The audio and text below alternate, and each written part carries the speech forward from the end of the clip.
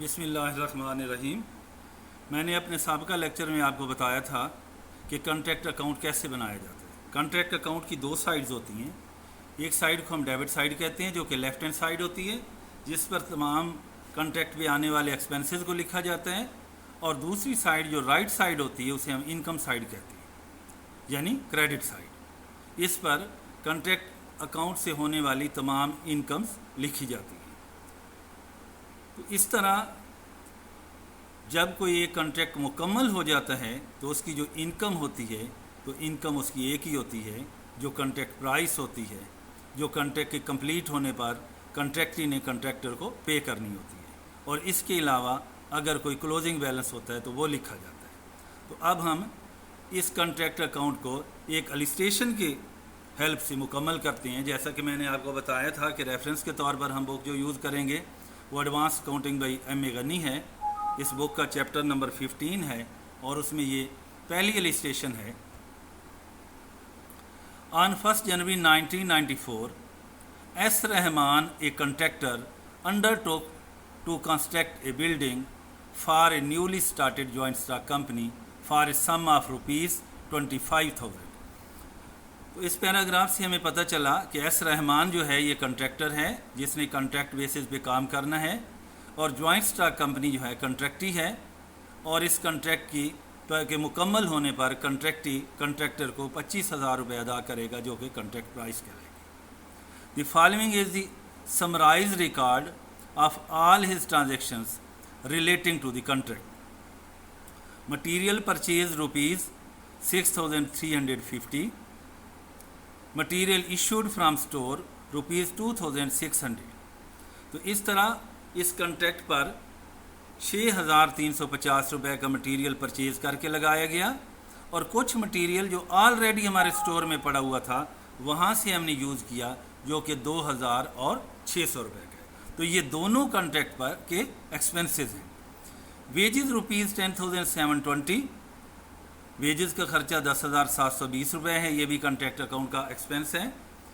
Direct expenses ₹1,470, this is also expense. Office expenses ₹4,675, तो 4,675 रुपये office expenses हैं। तो इस तरह कॉन्ट्रैक्ट पर को जब हम मुकम्मल कर रहे थे तो उस पर ये दर्ज वाला एक्सपेंसेस आए। The contract was completed on 4 September 1994। The material lying at site unused on that date were worth ₹1,800। जब कॉन्ट्रैक्ट मुकम्मल हो गया तो 1,800 रुपये का मटीरियल जो है वो यूज़ नहीं होगा, वो बच गया, और जहाँ काम हो रहा था एट साइट मीन जहाँ काम हो रहा है उसी जगह पर पड़ा हुआ है। From the above information draw up the contract account and show the profit और लॉस रिजल्टिंग देयर फ्राम। तो इस तरह हम कॉन्ट्रैक्ट अकाउंट बनाते हैं। जैसे मैंने आपको बताया था कि जब भी कोई अकाउंट तैयार करते हैं तो 3 लाइन्स हेडिंग होता है। सबसे पहले कॉन्ट्रैक्टर का नाम आएगा, यानी जैसे एस रहमान है तो ये कॉन्ट्रैक्टर हैं। सबसे पहले सेंट्रलाइज करके एस रहमान कॉन्ट्रैक्टर का नाम लिखेंगे, दूसरे नंबर पर हम कॉन्ट्रैक्ट अकाउंट लिखेंगे, और तीसरे नंबर पर पीरियड का हवाला देंगे जिस पीरियड के लिए ये कॉन्ट्रैक्ट अकाउंट बना रहे हैं। फिर इसकी डेबिट साइड पर तमाम एक्सपेंसेस आएंगे। जैसा कि हमने देखा कि हमने मटेरियल 6,350 रुपये का ख़रीद किया है, ये हमारा एक्सपेंस है, ये आपको डेबिट साइड पर नज़र आ रहा है। इसी तरह स्टोर से हमने 2,600 रुपये का मटेरियल इशू किया, ये भी हमारा कॉन्ट्रैक्ट अकाउंट का एक्सपेंस है, लिहाजा इसको भी हम डेबिट साइड पर लिखेंगे। इसी तरह 10,720, this is our wages that have been paid on the contract, so this is also expense for the contract and that have been shown on the debit side of the contract account. Similarly, direct expenses of ₹1,470, these are also our expense of the contract account, and they have also been posted on the debit side, and you can check from this sketch.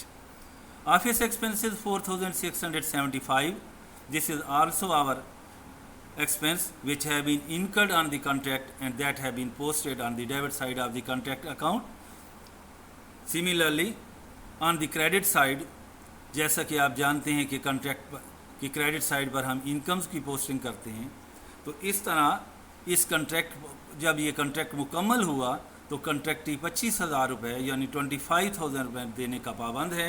लिहाजा ये 25,000 रुपये जो है ये contract पर आने वाली income है। लिहाजा कॉन्ट्रैक्ट अकाउंट की क्रेडिट साइड पर बाई कॉन्ट्रैक्टी यानी कॉन्ट्रैक्टी से ये पैसे हमने लेने हैं, तो इस तरह ये हमारी इनकम है। इसके अलावा मैंने आपको बताया था कि अगर कोई भी बचा हुआ माल होता है तो वो कॉन्ट्रैक्ट अकाउंट की क्रेडिट साइड पर आता है, क्योंकि हम एक्सपेंस को एडजस्ट करना चाहते हैं। जब मटेरियल परचेज 6,350 और मटेरियल इशूड फ्राम स्टोर 2,600 रुपया डेबिट पर लिख दिया तो हमने इसको एक्सपेंस शो कर दिया, लेकिन बाद में पता चला कि ये सारा का सारा कॉन्ट्रैक्ट पे यूज़ नहीं हुआ, बल्कि इसमें से 1,800 रुपये का मटेरियल बचा हुआ है। तो लिहाजा जो बचा हुआ है ये एक्सपेंस नहीं हुआ। एक्सपेंस को कम करने के लिए हम ये क्रेडिट साइड पर लिखेंगे। फिर हम एज यूजुअल जैसे हम किसी भी कॉन्ट्रैक्ट अकाउंट किसी भी हम अकाउंट को क्लोज़ करते हैं बैलेंसिंग सिस्टम के तहत, तो इस कॉन्ट्रैक्ट अकाउंट की भी क्रेडिट साइड का भी हमने टोटल किया और डेबिट साइड का भी हमने टोटल किया। क्रेडिट साइड का टोटल ज़्यादा है, ग्रेटर है, जो कि 26,800 है, तो हम क्रेडिट साइड का टोटल क्रेडिट साइड पर लिखेंगे। सेम टोटल हमने उठाकर डेबिट साइड पर लिखा और इस तरह जब हमने फ़र्क निकाला तो डेबिट साइड पर 985 रुपये का डिफरेंस आया।